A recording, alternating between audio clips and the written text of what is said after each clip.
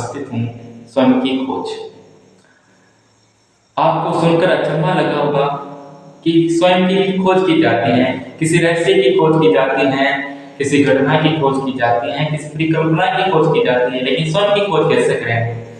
आप सोच रहे होंगे हमें बड़ी धर्म संकट की घड़ी में डाल दिया, लेकिन ऐसा नहीं है, मैं नहीं डालना चाहता। मैं चाहता हूँ कि आप अपने आप को जानो, आप क्या हो, आपकी खोज में समय दो, घंटों घंटों तक अपने बारे में सोचो, तुम हो तो क्या हो।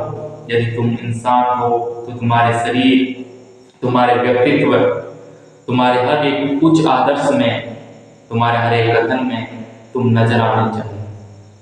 तुम बोलो तो तुम लगो, और ऐसा ना हो कि तुम बोल रहे हो और परिकल्पना दूसरे की कर रहे हैं, ऐसा ना हो।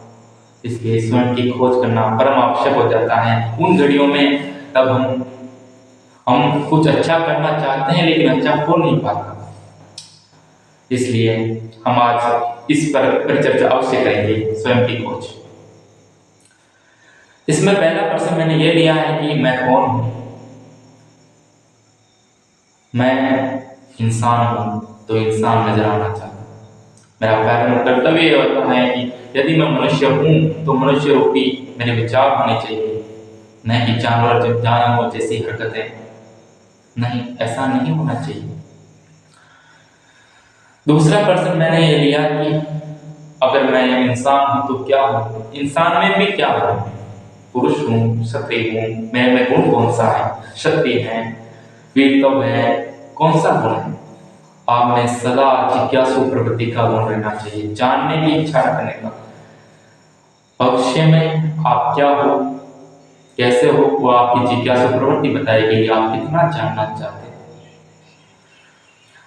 फिर बात आती है कि हम जीवन तो जी लेंगे, चाहे जैसे कि आज के जमाने में एक फेमस बात याद आती है मुझे कि इस जमाना ऐसा हो चुका है कि अगर तुम किसी के लिए अपनी गर्दन भी कटवा दोगे ना, तो भी वो कहेगा साले ने गर्दन ठीक से नहीं कटवाई।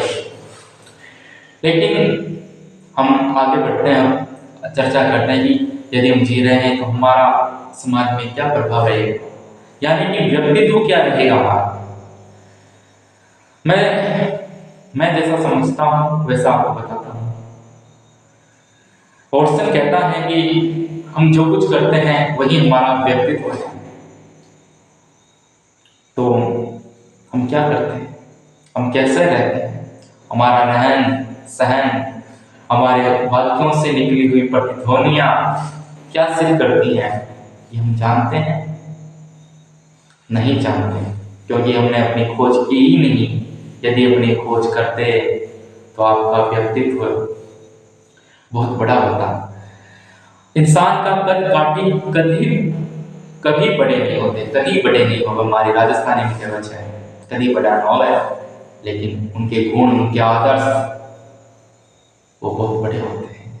भगवान राम का कद काठी से किसी को कोई मतलब नहीं है, कहाँ कितना कद था, क्या था, उनके आदर्शों का, उनके धर्म का ही तो मोल है। वरना आज राम का नाम कौन लेता। अगर कद काठी की बात करें तो जिराफ की भी गर्दन बहुत लंबी होती है, समझे कभी। इसलिए आपका व्यक्तित्व अच्छा होना चाहिए। व्यक्तित्व